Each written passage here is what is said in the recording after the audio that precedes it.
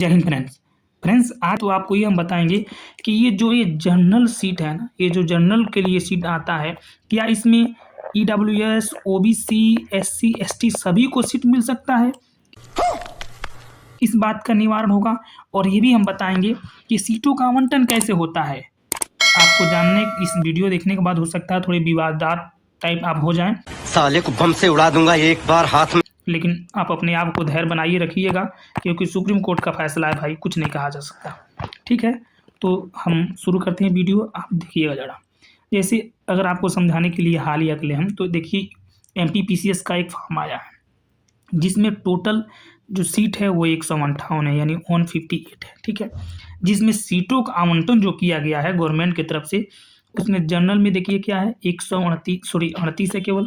ठीक है, ईडब्ल्यूएस में 13 है, ओबीसी में 35 है, एससी में 48 है, एसटी में 11 है और टोटल 158 है। ठीक है, अब बच्चे हम आपको यह बताएंगे कि जो ये सीटों का आवंटन हुआ है, ये सीटें जैसे अगर हो सकता है इन सीटों में केवल ज़्यादा ओबीसी के बच्चे हो जाएं, 158 है ना, हो सकता है इस 158 में 100 सीट केवल ओबीसी को ही मिल जाए, हो सकता है 100 सीट केवल एससी को मिल जाए, हो सकता है 100 सीट केवल एससी को मिल जाए। कैसे मिलेगा हम आपको बताएंगे, देखिएगा जरा। वो ये भी हो सकता है कि जनरल को 100 सीट मिल जाए, कैसे हम आपको बताएंगे। अब देखिए कैसे होता है ये सब, जरा ध्यान दीजिएगा। अक्सर बच्चे ये जानते हैं कि जो सीट का आवंटन हुआ है, तो जो 158 में केवल एससी के 11 बच्चे ही आ सकते हैं। अक्सर बच्चों के मन में यह है कि जो सीट का आवंटन केवल 11 बच्चे एसटी के इसमें आ सकते हैं, एससी के 48 आ सकते हैं, ओबीसी के 35 आ सकते हैं, ईडब्ल्यूएस के 13 आ सकते हैं और जनरल के 38 आ सकते हैं। अब देखिए जरा, जब कोई पेपर होता है बच्चे, जब कोई पेपर होता है तो मान लीजिए पेपर 100 नंबर का था। ठीक है, जब पेपर होने के बाद एक कैटेगरियाँ देखी जाती है कि कैटेगरी कितना नंबर के हो। अगर उस पेपर में कैटेगरी जैसे मान लीजिए जनरल के लिए 60 नंबर रखा गया कि अगर जनरल के जो लोग हैं वो 60 नंबर लाएंगे तो सीट उनको मिल जाएगा। ठीक है, ओबीसी के लिए 55 रखा गया कि अगर ओबीसी का कोई बच्चा है 55 नंबर लाएगा तो उसको सीट मिल जाएगा।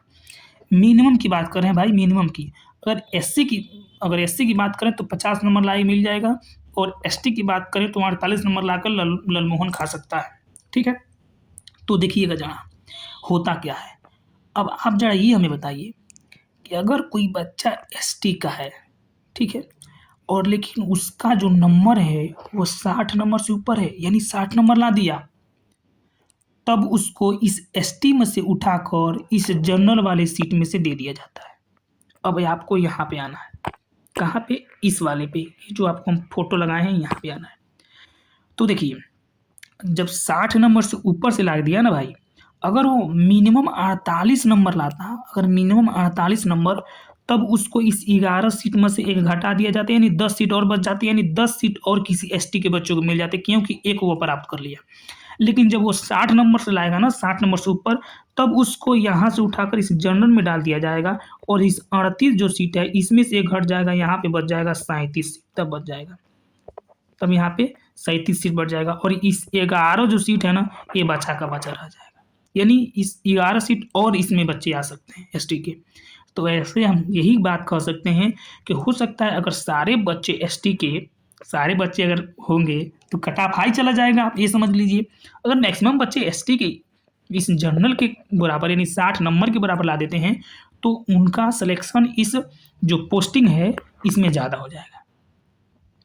और अक्सर बच्चों को यह मालूम होता है कि ये जो सीट का आवंटन है जनरल की, बस जनरल के बच्चे इतने आ सकते हैं, एसटी के इतने, ओबीसी के इतने, बस इतना ही होता है। लेकिन सीटों का आवंटन ऐसे होता है जैसे हम आपको ये बताएं हैं, और ये सुप्रीम कोर्ट का फैसला है भाई। और आपको एक और चीज़ बता दें, ज़रा देखिएगा, लेकिन वो गहराइयों की बात है, लेकिन ध्यान दीजिएगा क्या एक और चीज़ क्या होता है।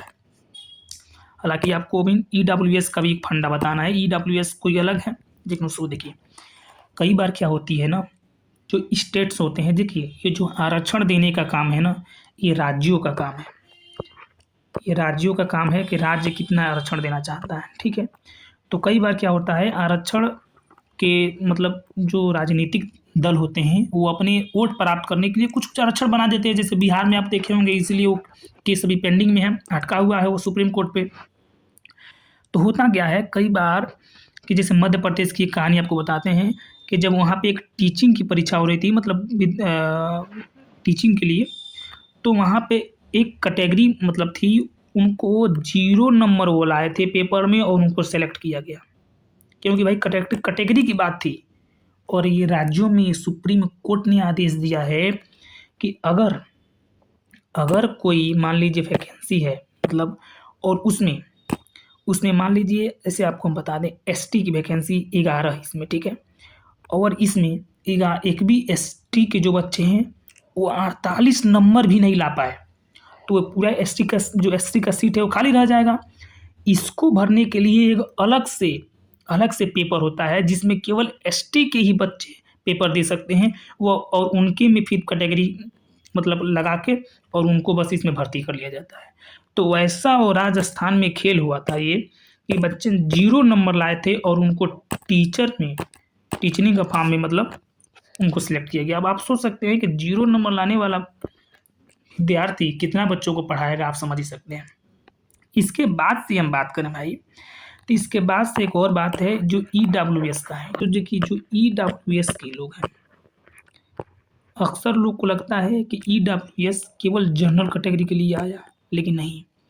EWS आप OBC में है तब भी इसका फ़ायदा उठा सकते हैं, SC में है तभी उठा सकते हैं, ST में है तब भी उठा सकते हैं। कैसे, देखिए, लेकिन एक चीज़ है आपको, ये आर्थिक, सामाजिक, राजनीतिक कारण से जो पिछड़ेपन है उनके लिए, विशेषकर आर्थिक कारण से जो पिछड़ेपन है उनके लिए है, और ये जो सब आर्थिक, राजनीतिक, सामाजिक सब कारण के लिए उतने, ये जातिगत आरक्षण है और ये जो क्या नाम है, आर्थिक कारण के लिए है।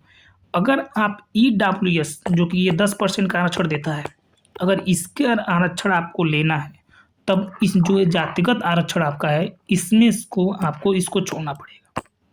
कोई सरकार का ये रूल है कि कोई आप एक ही आरक्षण ले सकते हैं, या तो EWS का लीजिए या आप फिर अपना जातिगत लीजिए, कोई एक ही ले सकते हैं, ठीक है।